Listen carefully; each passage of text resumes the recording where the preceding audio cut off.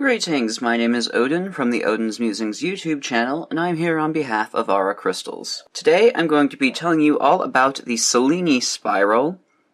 This is a variation on the Tubular Peyote Stitch.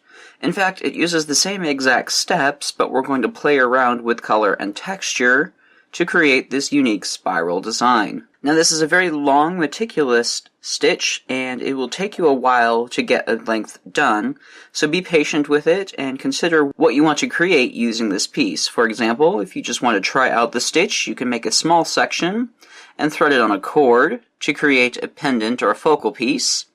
You can also make it longer for a bracelet. However, this is a very stiff and rigid stitch, so if you want to make that one, you will need a length about the size of a bangle around your wrist, or something a little larger. For this project, we're going to be using a very particular set of bead sizes and bead shapes. I will go over later in the video on how to design your own pieces, but in the meantime, use this as a general guideline to get you started on the technique. I'm going to be using two different colors of size 15 round seed beads, one color of size 11 Delica beads, one color of size 11 round beads, and for my focal stripe, I'm going to be using size 8 round seed beads. You will also need whatever you wish to turn this into a piece of jewelry.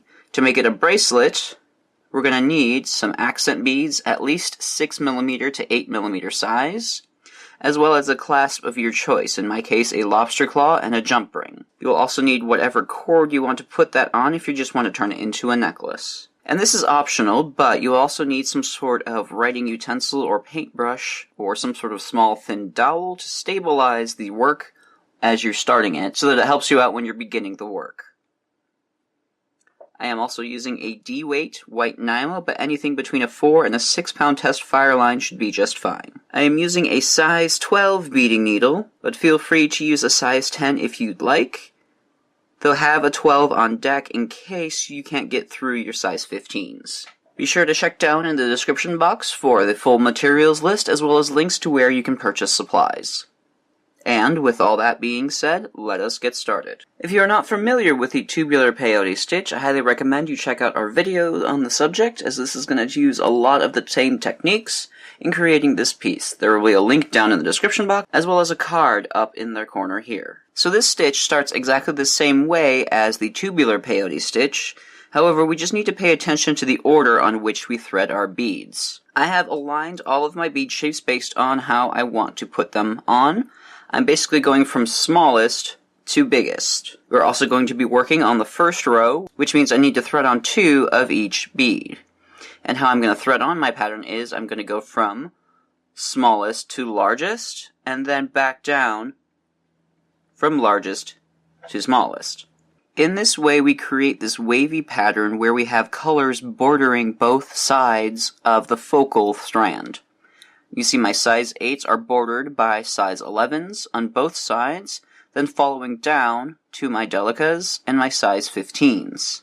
So I'm going to start off threading on 2 color A size 15s, 2 color B size 15s, 2 Delicas, 2 size 11s, and then 2 size 8s. Then I'm going to go back around and go 2 size 11s, 2 Delicas,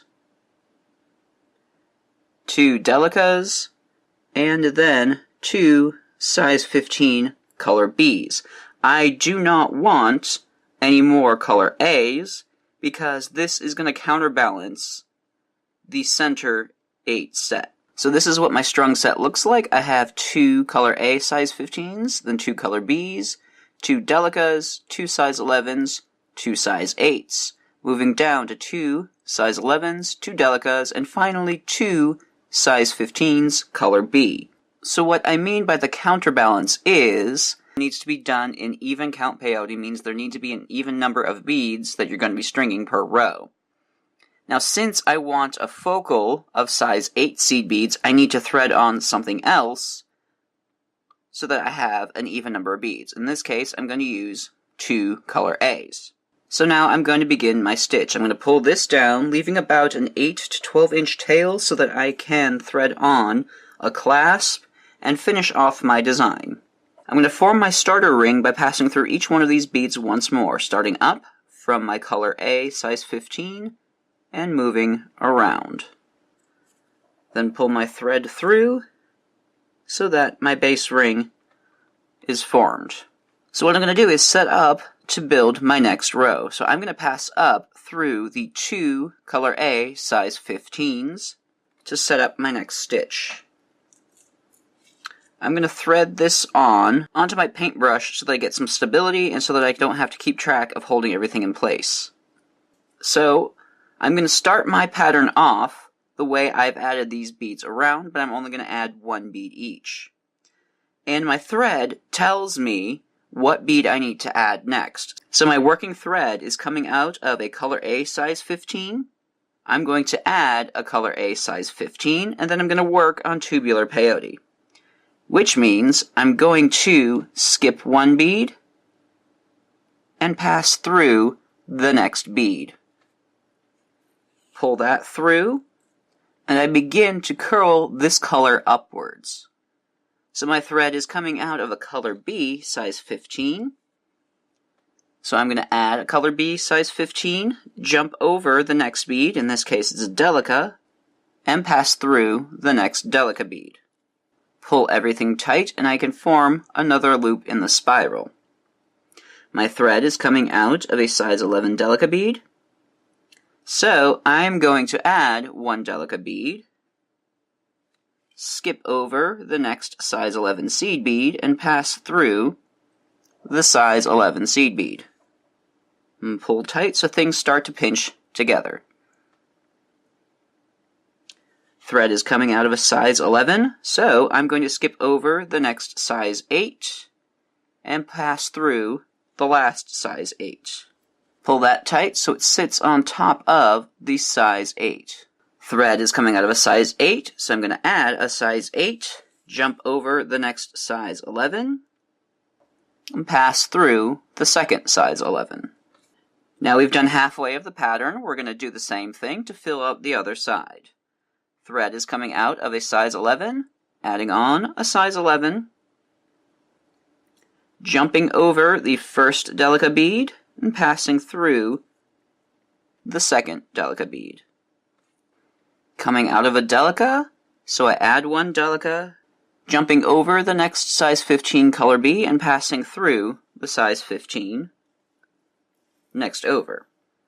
Now my thread is coming out of a size 15 color B, but this also means I have finished my row and I need to step up in order to get to the next row. So I have added on my size 15 color B. I'm going to skip over the first color A like normal so that I finish this stitch, and then in order to make my next row I need to step up by passing through the topmost color A.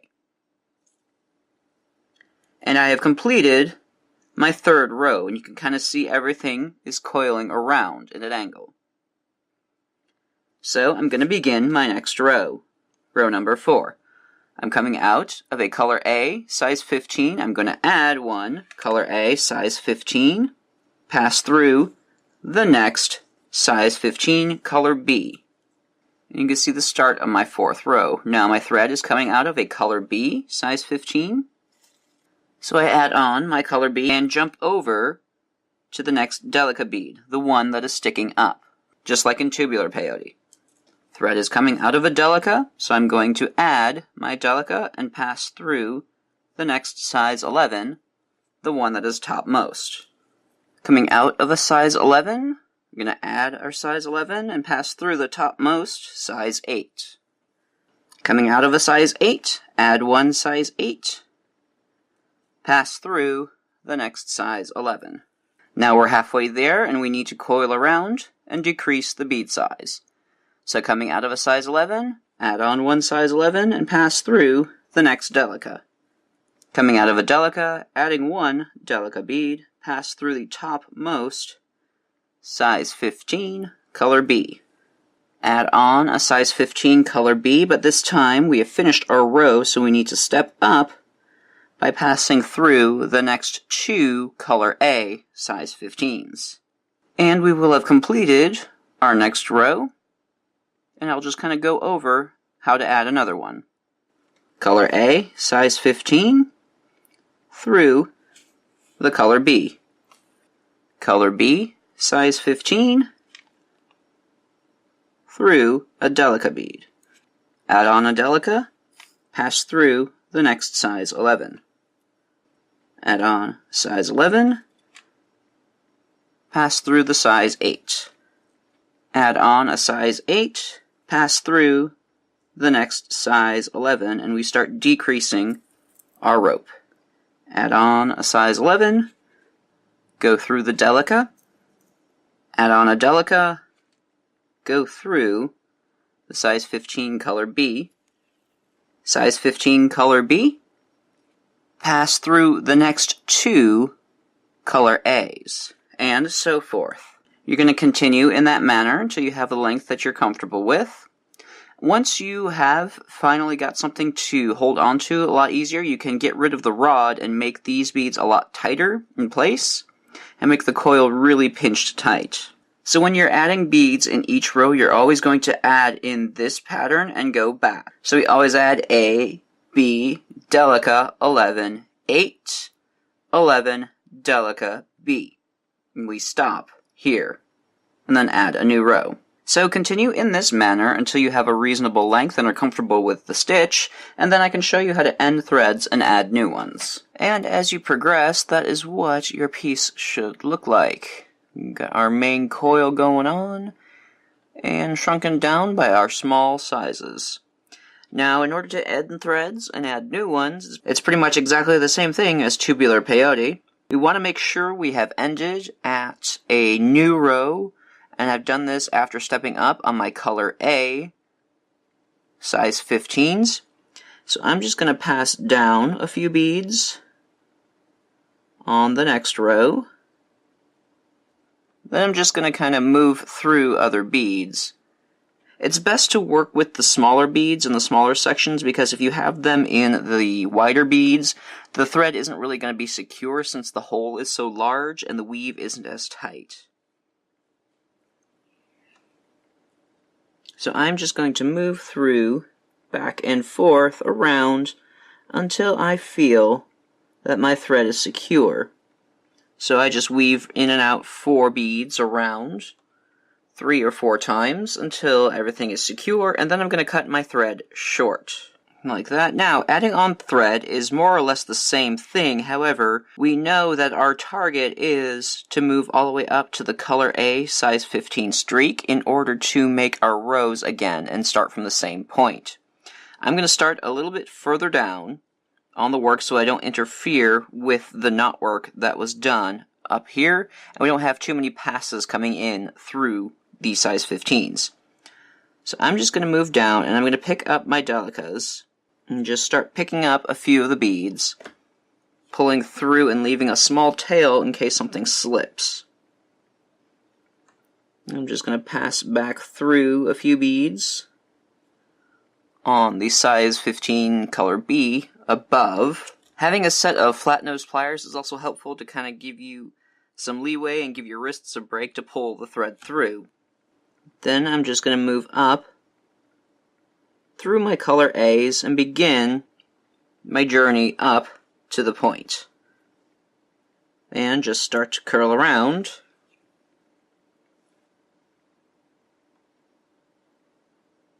until I am at the very last bead. Now my thread is tight, so I'm free to cut the tail end at the other side. And from here, I can continue on my pattern, adding my color A, moving to color B, and so forth. Now we need to do a little preparation in order to pinch the centers closed a little bit, so that we can prepare for adding it to whatever jewelry piece we're going to do. All we're going to do is do 2 rows of Tubular Peyote with just a size 15 seed bead. So pick whichever seed bead you like to use, either the bright contrasting or the more muted tone. And we're just going to add 1, go to the next bead. Add 1, go to the next bead, all the way around. When we reach our larger beads, we're just going to pull tighter so that they sit further forward onto the rope.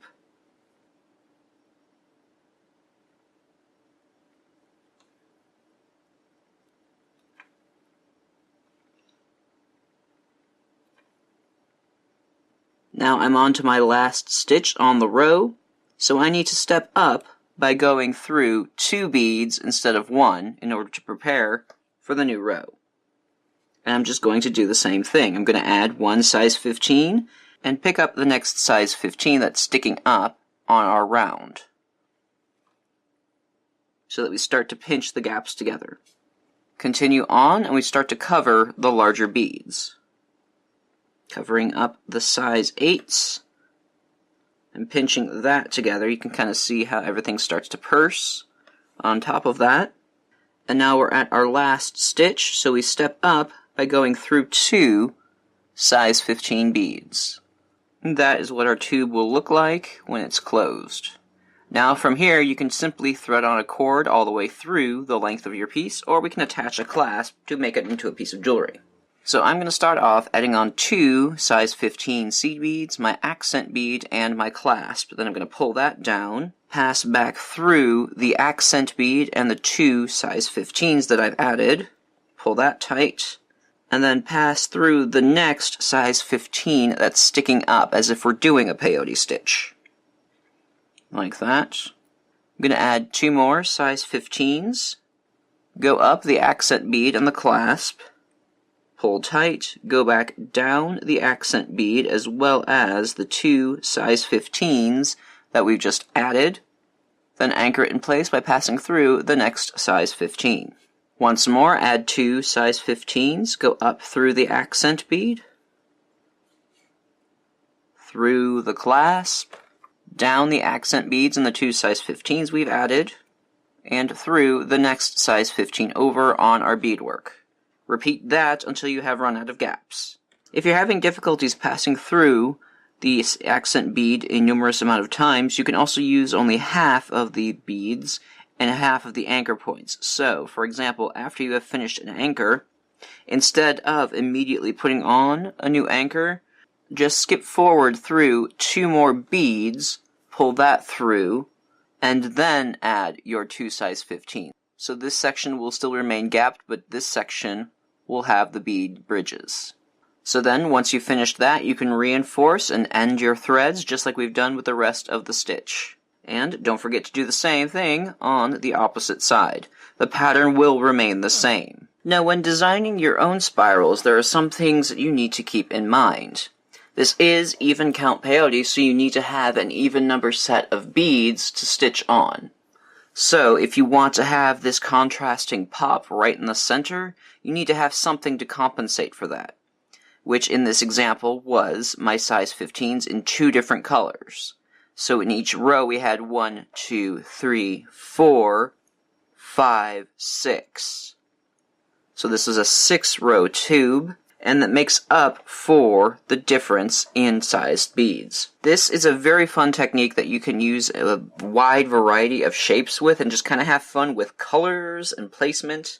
You can see I like to add a very bright contrasting color with my color A size 15s that kind of pops out and leaves everything in the shadow, and I like to use darker colors before we introduce the bright pop on the center as well.